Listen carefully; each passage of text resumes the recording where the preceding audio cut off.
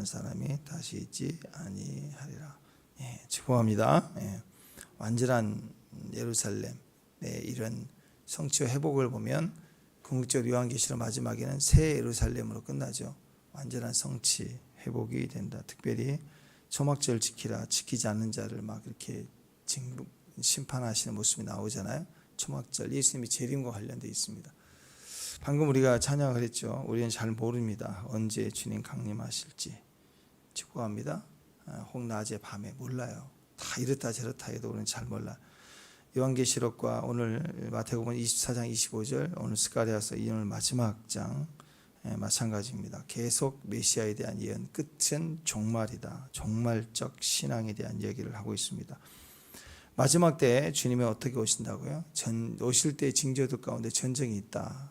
그리고 천재지변도 있다. 그리고 거룩한 성도들이 함께 온다. 이런 일들이 복합적으로 우리에게 일어난다라는 것입니다. 전쟁은 그냥 일반적인 한 나라와 한 나라의 전쟁의 특색이 있다고 그랬죠.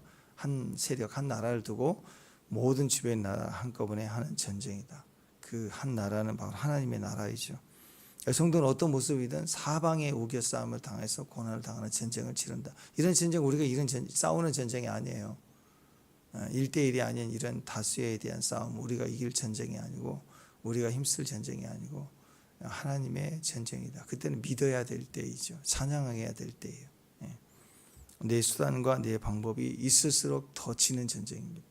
철저히 그런 전쟁을 보게 될 때, 마지막 때 아마겟돈 전쟁처럼 대적의 무리가 다 한꺼번에 올라온다. 최후의 전쟁이죠.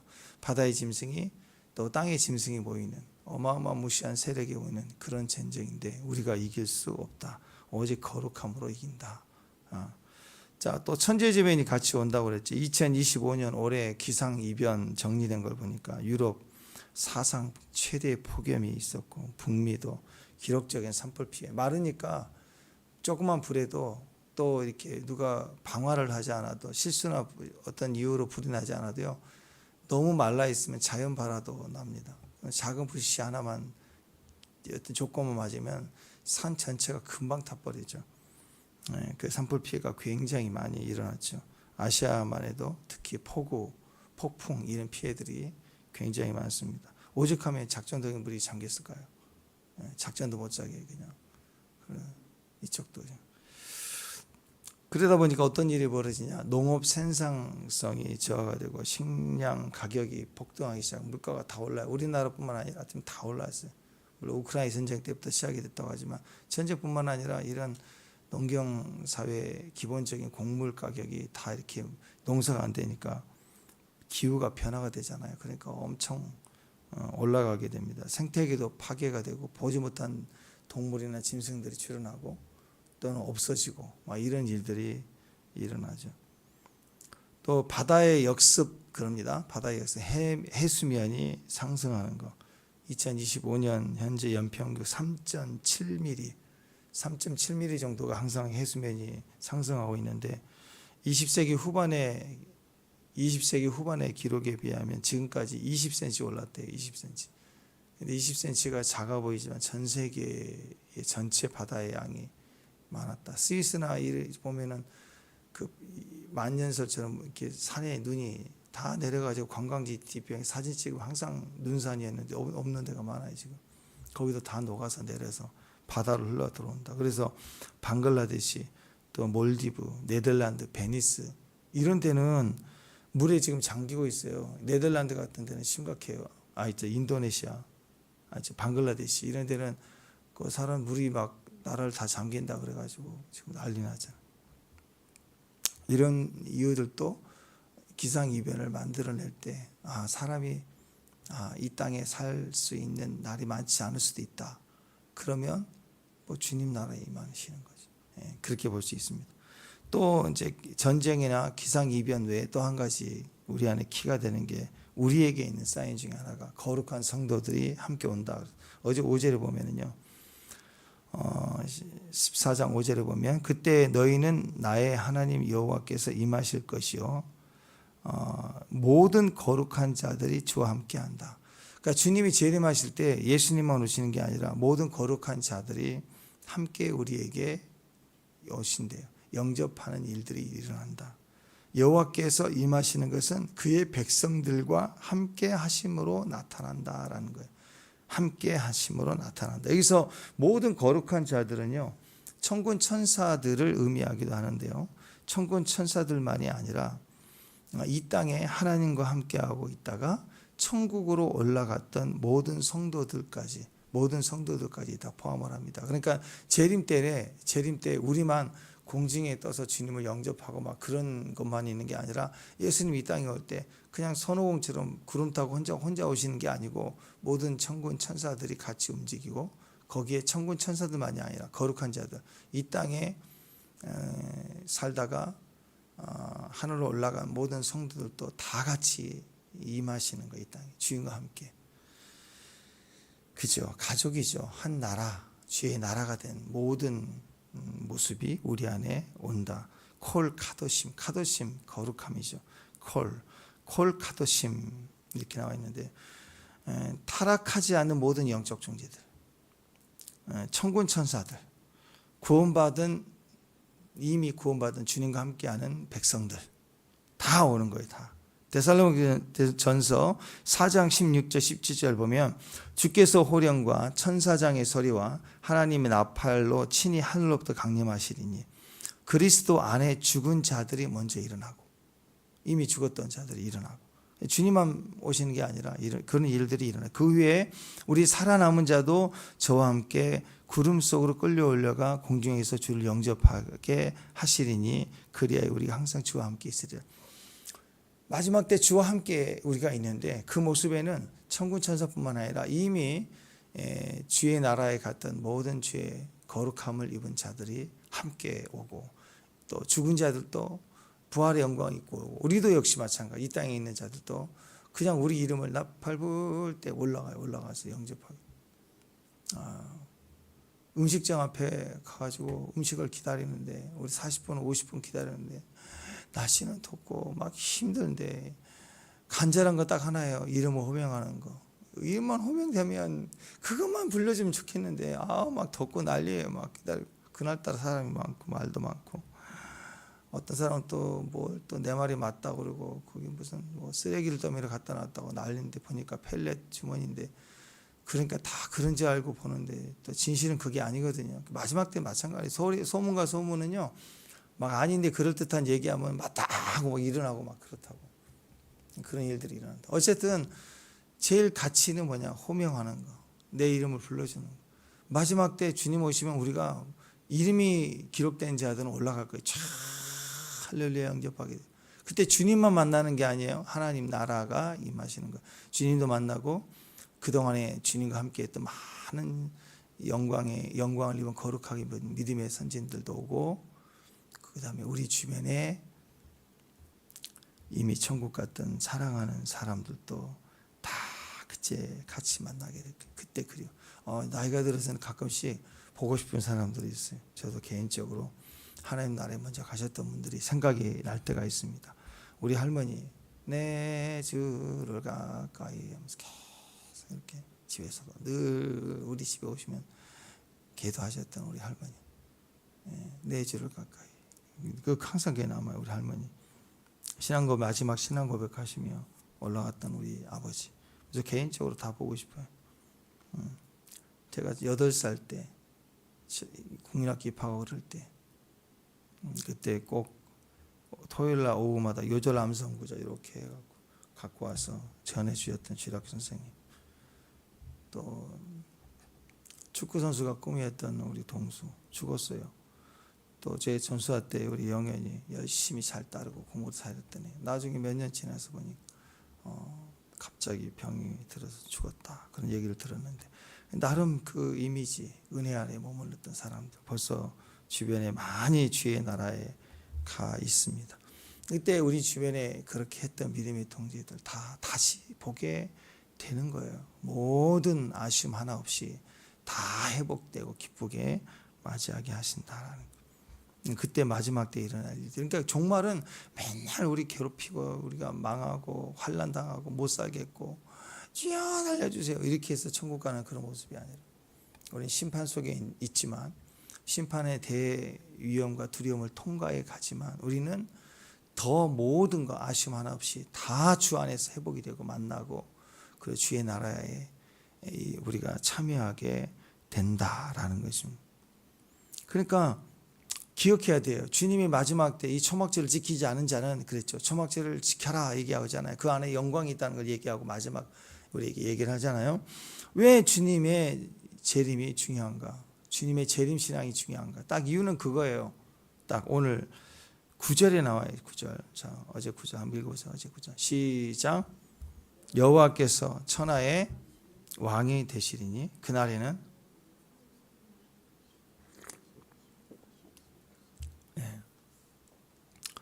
마지막의 끝이 무엇의 완성이냐? 그것은 뭐 천국의 완성, 우리가 뭐 회복을 하고 신부가 되고 뭐 다 맞아요, 다 맞는데 성경의 궁극적인 목적은 이렇게 얘기합니다.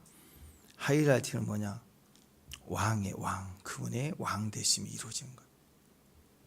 그러니까 우리는 끝까지 주 안에서 나의 형통이거든요. 우리 주님을 믿는다고 하면서 나는 손해 봐서는 안 되는 거고 끝까지 내 행복이 보장돼야 돼요. 오늘 기도하는데도 내 응답과 내 행복이 주 목적이라고. 아직도 우리가 안 끝난 거죠. 끝이 뭐예요? 내가 없어지고 구속한 주만 보여. 주님이 이 땅에 계시면 응답인 거예요. 주님이 우리 가운데 계시면 승리고 요한계시록 승리의 모습 아니에요. 마지막 재림의 목적은 그분의 왕되심이에요. 우리는 이 모든 것을 더하리라 거기에 있는 거라고. 주 목적은 그리스도가 빠지면 아무것도 안 되는 거예요. 창세기부터 에덴 동산에서 주님은 시작부터 왕이셨어요. 왕의 개념으로 계신 거예요. 인간이 선악과로 하나님을 반역했습니다. 선악과의 반역은 딱 그거예요. 왕 되심을 인정하지 않겠다. 내가 왕 되겠다는 거예요.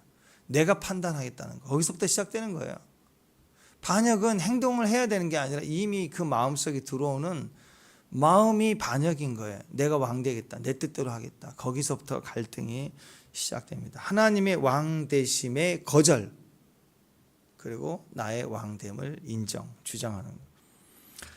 사무엘상 8장 7절에도 보면 여호와께서 사무엘에게 이르시되 백성이 내게 한 말을 다 들으라. 이는 그들이 너를 버림이 아니요 나를 버려 자기들의 왕 되지 못하게 함이니라. 이렇게 말해요. 그러니까 이스라엘 백성들이 왕을 막 요구할 때, 우리도 왕을 달라 막 얘기할 때 하나님이 굉장히 섭섭하셨어요. 하나님이 진짜 왕인데 그 왕을 거절하고 다른 왕을 달라. 그에게 인간적 왕을 달라. 그 얘기입니다. 그러니까 여러분 교회 안에서도 하나님이 두 분이에요. 두 분. 우리 그거 구분해야 됩니다. 우리에게는 신이 하나님이 두 분, 예수도 둘이고 다 둘이에요. 어떤 하나님, 진짜 하나님이 있고 우리가 섬기는 내가 믿는 하나님이 따로예요. 따로. 이게 같아야 되거든요. 그러려면 성경에 읽을 때 그 하나님이 나의 하나님이 돼야 돼. 근데 성경 상관없고 예수 믿자마자 교회 나오자마자 그리고 믿지 않는 사람도 기대하는 하나님이 있다고. 근데 교회를 다니면서 진짜 하나님을 만나면서도 그 말씀의 하나님을 따라가기보다는 말씀이 말해주는 하나님을 믿는 것보다는 하나님이 나한테 이렇게 해줘야 되지 않는가.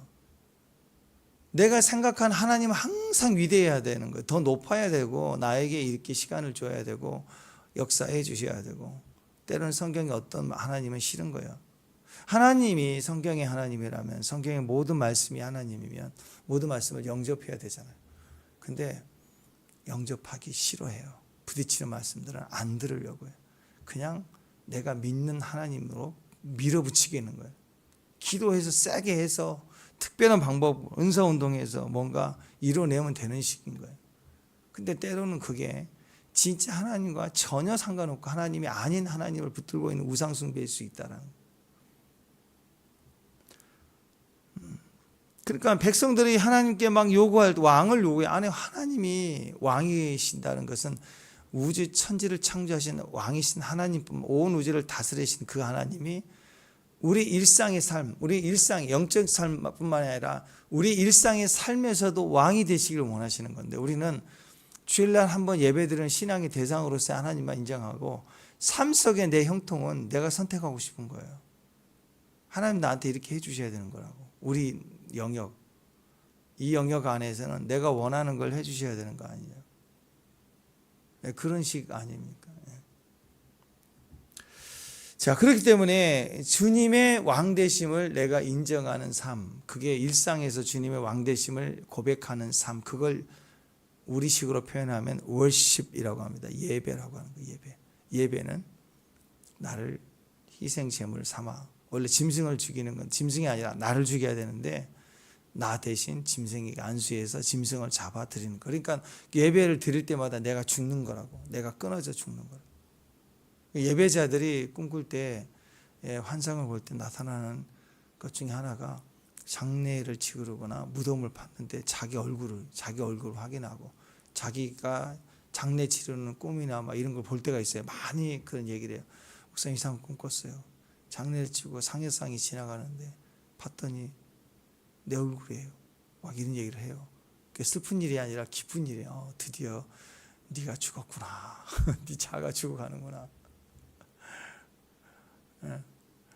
어떤 분이 금식을 하고, 어떤 분이 아니라 제가 그랬어요. 막 금식을 하고 뭘 이겨보려고 막 난리를 피는데 안 죽는 거예요. 이 안에. 어느 날 제가 꿈을 꿨는데요. 누가 그 가죽옷을 버려놨어요. 여기다가. 냄새가 얼마나 나.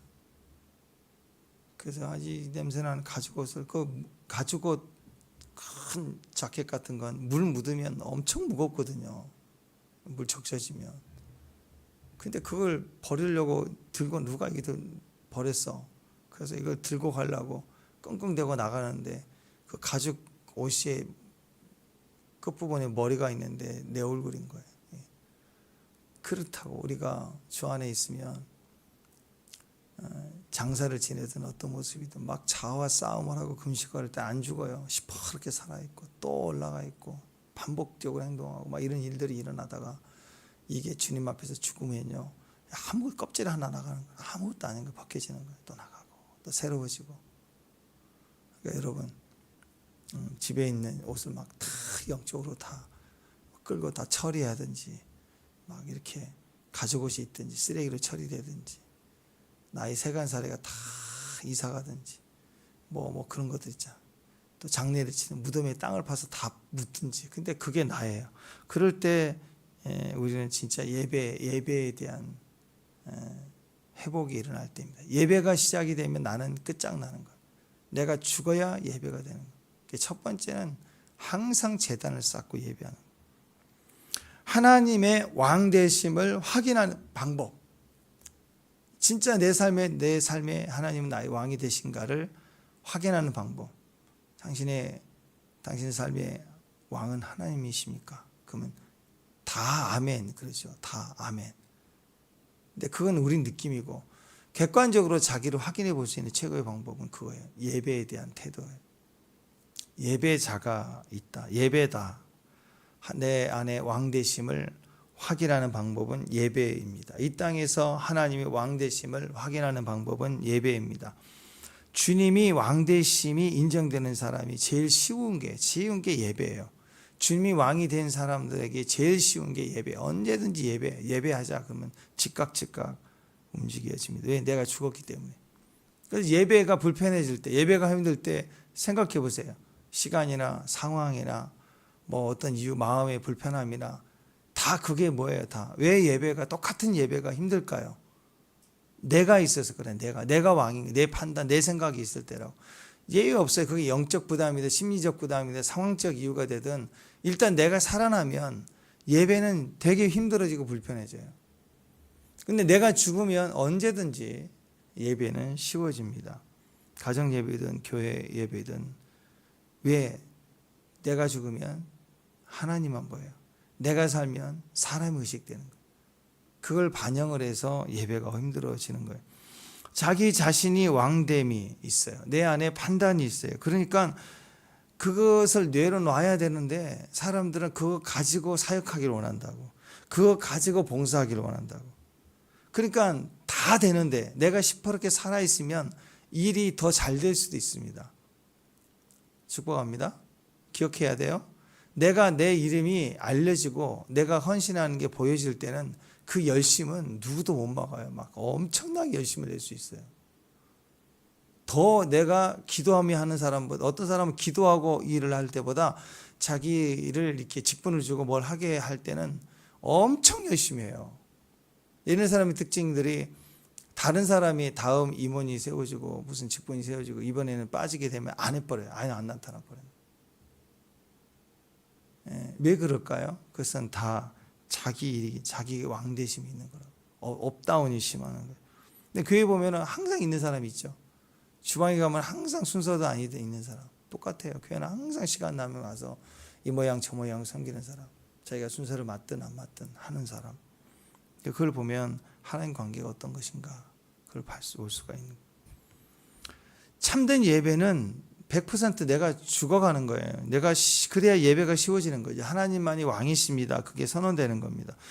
그럴 때 하나님 나라가 임해요. 나라가 우리에게 임해요. 주님의 왕되심이 고백되고 문을 열고 환영할 때 주님의 오심은 그의 나라에, 오늘 재림신앙 그거예요. 주님의 오심은 주의 나라에 이 땅에 임재예요. 킹덤 오브 갓, 하나님 나라가 임하시고 새하늘과 새 땅, 새 예루살렘이 우리에게 입혀지는 거, 옷을 장막이 덮여지는 거예요. 새 하늘과 새 땅이 덮여지는 거라고. 새 장막을 입는 거예요. 그의 나라가 입혀지는 거라고. 그때 예배가 우리를 통치하게 되는 거예요. 예배는 통치인 거예요. 그래서 예배는 내가 드리는 정성이 아니라 믿음의 예배로 시작된 예배는 우리를 다스립니다. 예배 한 번이 우리를 뒤집어 놓는 거예요. 예배의 자리는 견디셔야 되고 100% 거의 죽었니 살았니 물어봐야 돼. 살았다 죽었다 진짜 죽어버려야 돼요. 그래야 통치가 이루어져요. 근데 예배를 드리면 드릴수록 시퍼렇게 살아있는, 내가 살아있다, 그것은 주님 없는 내 역할 또 내 달란트, 내가 행했던 그 자리, 그것에 대한 것만 남아있기 때문이겠죠. 그래서 예배를 잘 드리는 방법, 최고의 예배의 방법은 그리스도입니다. 그리스도를 인정하는 거예요. 예수님이 나의 왕이십니다. 그것부터 시작되는 거예요. 마태복음 25장에 보면 거기 어떤 사람들이 나오느냐, 보잘것없는 사람들이 나와요. 성경에는 마태복음 24장 25장 정말 예수님이 직접 말씀하신 종말의 현상이거든요. 요한계시록이 똑같아요. 이게 작은 요한계시록, 작은 계시록이다 이렇게 말씀을 하기도 합니다. 말세의 특징들이 나오는데 거기에 보면 말세에는 거짓 선지자들, 처제의 기근과 전쟁 소문이 들리고, 이제 스가랴서에 동일하게 나온 이야기들입니다. 만천하의 복음이 전파되고, 두 가지입니다. 거짓과 기근, 전쟁의 소문이 많아지는 동시에 교회 안에, 교회를 통해서 어떤 일을 벌이냐, 극단적으로 만천하의 복음이 증거되는 일들이에요. 만천하에 강력한 거대한 물결이, 성령의 파도가 흘러내려가는 모습일 수도 있지만 그런 모습과 동시에 모든 교회가 복음적입니다. 모든 개척교회, 작은 두세 사람이 이제 막 개척한 교회랄지라도 그분들을 통해서 완전한 복음이 증거되기 시작할 거예요. 막 성경 예수님처럼 내가 하는 일뿐만 너희도 한다. 교회가 모인 곳에 초자연적인 기적들이 막 일어나서 복음이, 말씀만 전해지고 설득하고 마음만 적셔지고 밥 사주면서 위로받고 다음에 갈게요. 그리고 안 오고 막 이런 식의 우리가 전도가, 어린아이가 손만 대고 예배만 드려도 폭발적으로 가정에서 회복이 일어나고 치유가 일어나고 그리고 그리스도가 증거되고 옥문이 열리고 막 그런 일들이 일어납니다. 만천하의 복음이 증거되는 일들이 일어납니다. 진실로 그리스도를 믿게 됩니다. 그 얘기 쭉 나오면서 25장에 가가지고 31절에서 마지막 46절까지, 25장 31절에서 마지막 46절까지 긴 얘기 중에 뭐가 나오냐, 보잘것없는, 누구도 주목하지 않는 보잘것없는 사람들이 나와 6가지 모습인데, 어떤 사람들이냐면 첫 번째 배고픈 사람, 두 번째 목마른 사람, 세 번째 나그네, 나시성을 가진 그네, 박근혜 말고 나그네. 우리 조셉이 여기 태양빌라 나동을 보고 나 목사님 집 여기냐고, 그래서 나자를 보고 하여튼 나그네, 그 다음에 갈 곳 없는 사람, 그 다음에 병든 사람, 그리고 감옥에 갇힌 사람. 누가 봐도 복음의 현장에 앞에 설 수 없는 사람들 모습 아니에요? 여기 이 마지막 때 주목해야 될 사람들의 모습입니다. 배고픈 사람, 목마른 사람, 나그네, 갈 곳 없는 사람, 병든 사람, 감옥에 갇힌 사람. 자, 이런 6가지 부류의 사람들. 그런데 예수님은 이들을 향하여, 이들은 돌봄이 필요한 거예요. 지금 케어가 필요한 사람들입니다. 근데 예수님은 이들을 향하여 뭐라고 얘기하냐면 너희가 나를 돌봤다. 이런 사람들을 누구도 배고픈 사람은 밥 먹으면 되잖아요. 근데 왜 배고파요? 밥을 먹을 수가 없어요. 뭐 신체적 제한이 있든지 또는 물질이 너무 먹을 데가 없고 소외되고 버림당하고.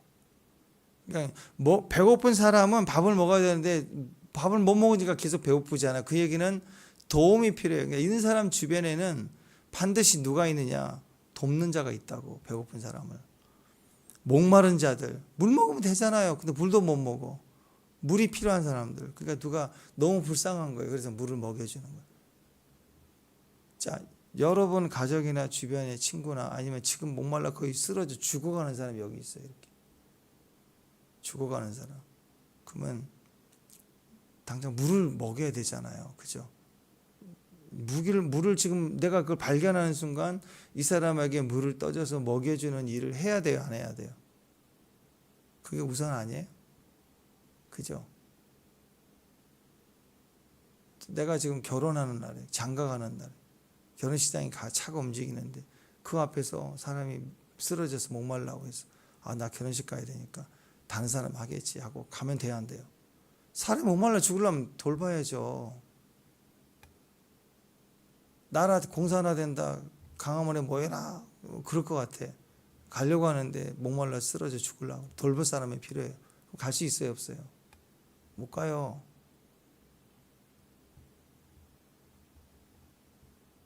이해가 되세요? 세상의 미혹거리, 그게 중요한 것 같아도요, 지금 내 주변에 이런 불의의 사람이 있으면 이 사람들을 세상 두 쪽 나도 멸망이 하고 전쟁이 나도 피난 갈 때 남들 전쟁 났다고 피난 간다고 그래도 피난 가는 일보다 지금 내가 돌봐야 할 사람들이 있으면 못 가는 거예요. 그게 정상인 거예요. 그게 복음의 사람들이라고. 엄마는 못 가는 거예요. 그래서 딸은 도망갈 수도 있지만 부모는 못 가는 거예요. 교회 목자들은 교회가 두 쪽 나도 못 떠나는 거예요. 교회를 돌봐야 전쟁 나도 피난 못 가는 거예요. 그래서 주님의 복음이 이렇게 완성이 되는 거예요. 목마른 사람, 나그네, 갈 곳이 없는 사람, 병든 사람, 감옥에 갇힌 사람이 주변에 많으면 그 사람들 케어하느라고 못 가는 거예요. 그러면 주님 뭐라고 하느냐면 너희 눈에 너희 주변에 감옥에 갇힌 사람, 병든 사람, 갈 곳이 없는 사람 네가 섬겼잖아. 너가 섬긴 그가 바로 나야 라고 주님이 얘기하셨다고. 그러니까 우리 주변에 자기 스스로 물도 못 마시는 사람, 밥도 못 먹는 사람은 우리의 사명이고 우리가 그들을 섬기는 것을 주님이 나를 섬겼다, 그가 나다라고 얘기를 하고 계시는 거예요. 이게 들려지는 사람, 이게 보여지는 사람에겐 사명인 거고 그렇지 않은 사람은 피켓 들고 나가는 거예요. 왜 정부는 이것도 돌보지 않느냐, 막 이렇게 나간다고. 구조적 문제다, 제도를 바꿔야 된다, 이것만 보이는 거라고. 제도적으로 바꾸는 거지만 당장 목마른 사람에게 필요한 건 제도가 아니라 내가 알아주지 못하고 누가 인정하지 못해도 내가 일단 돌볼 사람을 돌보는 거, 그게 사명보다 내가 어떤 명분보다 옳다라는 거예요. 왜냐하면 보잘것없는 사람의 모습으로 예수님이 항상 계시기 때문에 그래요. 보잘것없는 사람을 보면 예수님을, 그분들을 영접하는 거, 내가 할 수 있는 일만 하면 돼요. 평생 책임지라는 소리는 아니에요. 목마른 자에게 물 한 잔 주는 거, 그 책임이 그 사람을 영접하는 걸, 예수님을 영접하는 거라고 예수님 말씀하는 거예요. 보잘것없다, 엘라카스토스란 단어네 보니까 지극히 작은 자, 소자, 이렇게 냉수 한 잔 주는 소자, 물 한 잔 주는 거 이렇게 얘기하는데 원래 뜻은 키가 작다, 양이 작다, 권리가 작다 이런 뜻이래요.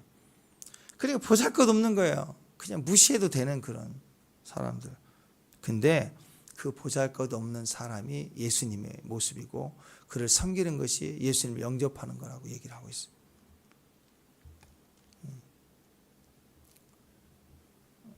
그 예전에 온정수 원사님 얘기 유명하잖아요. 기도할 때 놀기만 하고 엄마는 행상하면서 어렵게 키우는데 선생님이 불러서 야 너는 이 녀석아 네 엄마가 그렇게 쌩고생 길거리에서 일하고 하는데 너는 그렇게 놀아서 네가 뭐 될래? 공부해가지고 해야지. 자기가 처음 선생님께 야단 듣고 자기가 그렇게 어리석은 걸 깨달은 거예요. 근데 공부를 안 했는데 공부가 되냐고. 근데 엄마 따라서 새벽 예배 다니고 그 어머니가 대단한 것 같아요. 새벽 예배 다니시고 엄마 또 따라서 온 거야. 그냥 공부는 안 해도 엄마를 따라와서 교회에서 자고 아침에 학교는 가고 학교 가서 종일 들어 공부 안 하고 놀고 그래서 전교에서 거의 꼴찌. 그런데 어느 날 하나님 지혜를 달라고. 주일학교를 잘 나왔다고 그런 거야. 주일학교 선생님들이 얘기해 주는 게 솔로몬의 지혜. 그러니까 그 지혜 달라고 기도하고 나는데 성령이 임하신 거죠. 뭔가 주님이 너 뭘 원하네. 갑자기 그러시더래요. 그래서 지혜를 달라고. 솔로몬 때 지혜를 달라고. 그때 하늘에 번쩍거리면서 막 불이 떨어져가지고 뭐가 될 줄 알았더니 그 다음에 아무 얘기도 안 해주시는 거예요. 싱겁네 하고 또 잤대요. 자고 아침에 집에 갔다가 이제 학교를 등교하는데 이상한 일이 벌어진 거예요. 길거리 이제 가는데 간판 글씨 위에도 글씨가 겹쳐 보이는 거예요. 이중으로. 그리고 선생님 수업 중에 선생님 칠판을 글씨를 쓰고 막 하는데 칠판의 글씨가 이중으로 막 겹쳐 보이고. 그래서 집에 가서 어머니 어렵지만 제 머리가 이상하게 됐든지 눈이 이상하게 돼서 병원에 가서 진찰을 받아야 될 것 같습니다. 그렇게 된 거예요. 나중에 알고 봤더니 환상이 열리는데 눈으로 육신의 눈으로는 이 스크린이 보이고 영적으로 그려지는 그림이 겹쳐져 가지고 같이 보이니까 얼마나 혼돈이 되겠어요. 눈을 떠도 눈을 감아도. 그러니까 이게 이제 환상이라는 것을 알게 되고 그러면서 책을 2번을 읽으면 로마서를 2번을 읽으면 로마서가 그려지는다. 글씨가 다 보이더래요. 그래서 그 다음부터는 학교 공부를 시험 앞두고 2번씩 읽었더니 책이 펼쳐지는 거예요. 그러니까 그날 시험을 보는데 역사 시험인가 그런데 1번 문제를 딱 읽고 눈을 딱 감았더니 역사책이 딱 보이더니 탁 내리더니 착 보이지. 그 답이 거기 있네. 그 답 달고. 또 2번 문제 눈 감으면 또 책이 버려지고. 그래가지고 선생님이 어떤 놈은 시험 보는데 눈 감고 있는 놈이 있어. 그랬더니 그 시험을 마쳤는데요. 선생님이 2, 3일 지나서 교무실로 오라고 그랬대요. 갔더니 다 100점이. 수학하고 과학만 빵점이. 거의 바닥이. 수학책은 아무리 봐도 답이 없더래. 문제만이지. 그래서 그건 또 공부했대요. 공부를 해야지만. 그래서 전교 꼴등이 전교 10몇이 돼가지고 다 컨닝했다 그러고 막 그랬는데 졸업할 때는 1등으로 졸업하고 대구고등학교인가 서울대 의대 나오고 외국 가고 막 이렇게 그 과정이 있는데 그런 지혜를 봐. 우리도 사모하자. 눈만 감으면 책이 막 보이는 걸 원하잖아요. 막. 근데 그분의 간증 중에 핵심이 그게 있어요. 그 어머니가 날 공부하고 뭐래도 야단 한 번 안 치고 데리고만 다니는. 그리고 은정수 원사가 간증할 때 자기가 제일 싫은 게 뭐냐면 그때는 노숙자들 많았잖아요. 이렇게 길 가다 보면 구석지 사는 사람. 그럼 새벽 예배 갔다 집에 올 때 이렇게 데리고 와가지고 탄번이지만 아침밥을 먹여드리는 시커먼 냄새 나고 너무 여름에 냄새 날 때는 야 정수야 네가 가서 좀 씻게 들어라. 그러면 자기는 너무 싫었대. 노숙자를 씻기는 거 됐고 엄마가 하니까는. 그래가지고 막대기를 가지고 이만큼 가서 이렇게 소스를 뱉겠대. 자기는 그렇게 싫으니까 냄새는. 근데 어느 날 보니까 그 장면이 꿈인가 환상인가를 보니까 자기가 예수님을 그러고 있더래요. 그게 핵심인 거예요. 우리 삶에 어렵고 힘든 사람을 그냥 돕는 건데 영적으로는 주님을 그렇게 대하는 거예요. 그 어머니가 그렇게 심은 거예요. 그게 싫었던 거예요. 자기는 그렇게 하는 게 왜 꼭 그렇게 해야 되는 것이나.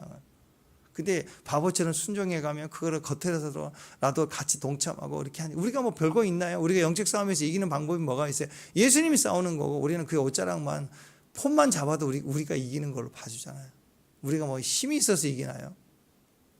그 자리만 있어도 이기는 거라고. 따라만 가도 선교예요. 다 능력이고 기도고.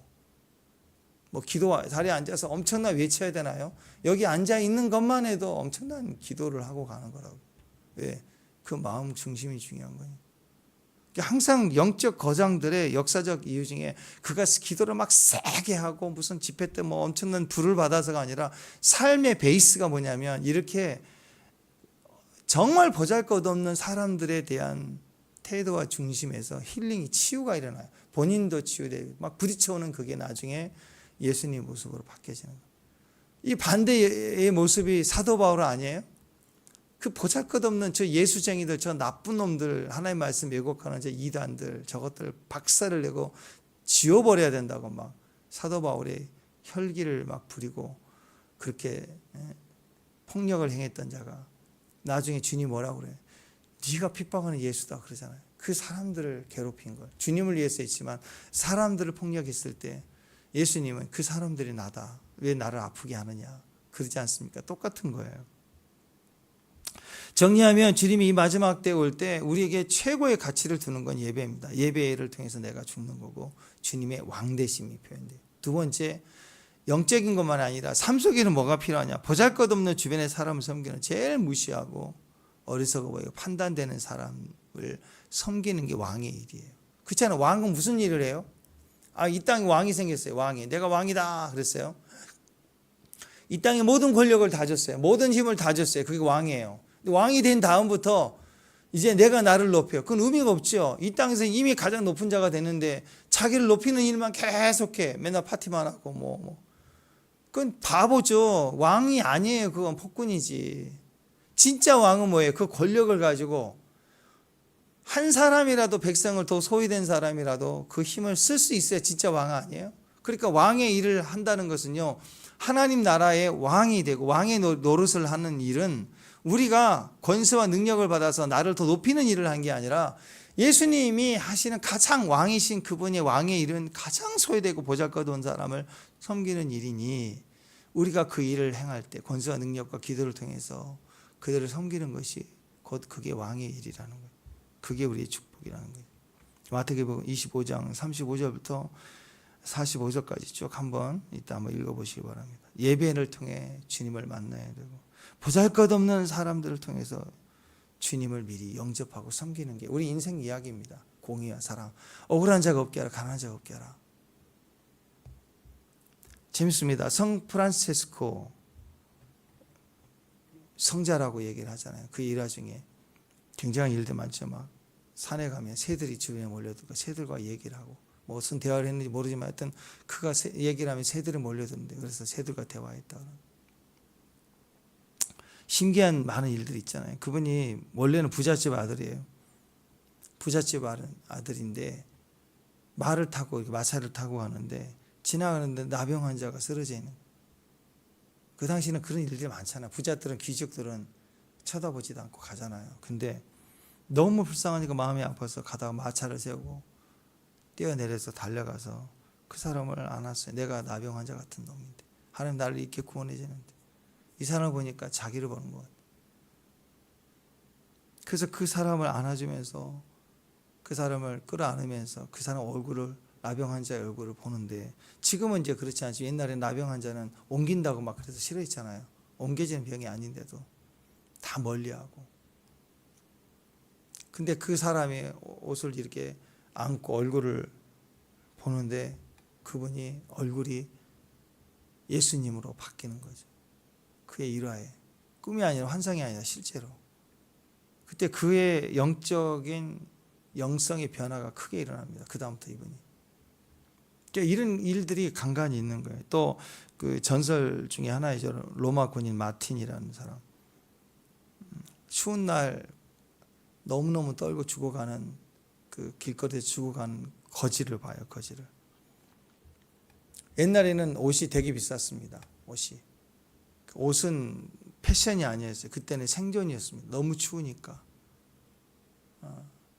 근데 로마 군인으로서 하사받은 옷이 있어요. 그러니까 그건 입어야 되는 거예요, 반드시. 근데 그 군인이 그 거지를 보고 너무 추워서 죽어가는 모습을 보면 그 외투를 잘라서 반틈으로는 그 사람을 덮어주고 자기가 반틈을 입고, 왜냐하면 또 군인이니까 다 주면 안 되니까 그걸 가지고 나머지 반 틈을 입고 돌아왔어요. 근데 그날 꿈을 꿔요. 꿈을 꾸는데 꿈에 예수님이 나타나서 천사들과 막 대화하는 이야기를 봐요. 옆에서 예수님이 천사들과 막 대화를 하는 거예요. 그래서 무슨 얘기 하나 하고 가까이 가서 보니까 예수님이 자기가 찢어서 나눠진 그 거지에게 줬던 반토막 옷을 예수님이 입고 있는 거예요. 그분이 예수님이 그 반토막 외투를 입고 있으면서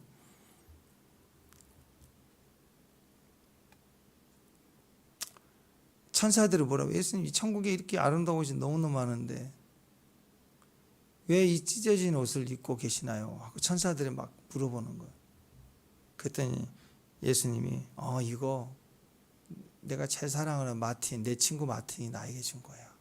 그래서 너무너무 기뻐하는 그 모습을 보게 됩니다. 그리고 나서 이 로마 군인의 회심이라는 책이거든요. 마틴이라는 로마 군인은 그때 고백을 하죠. 내가 거지한테 준 게 아니고 예수님께 준 거구나. 그러니까 이런 이야기들을 주님을 진짜 깊이 진짜 경험하고 뒤집어졌던 사람들의 이런 작은 이야기들을 쭉 보면 공통점이 있어요.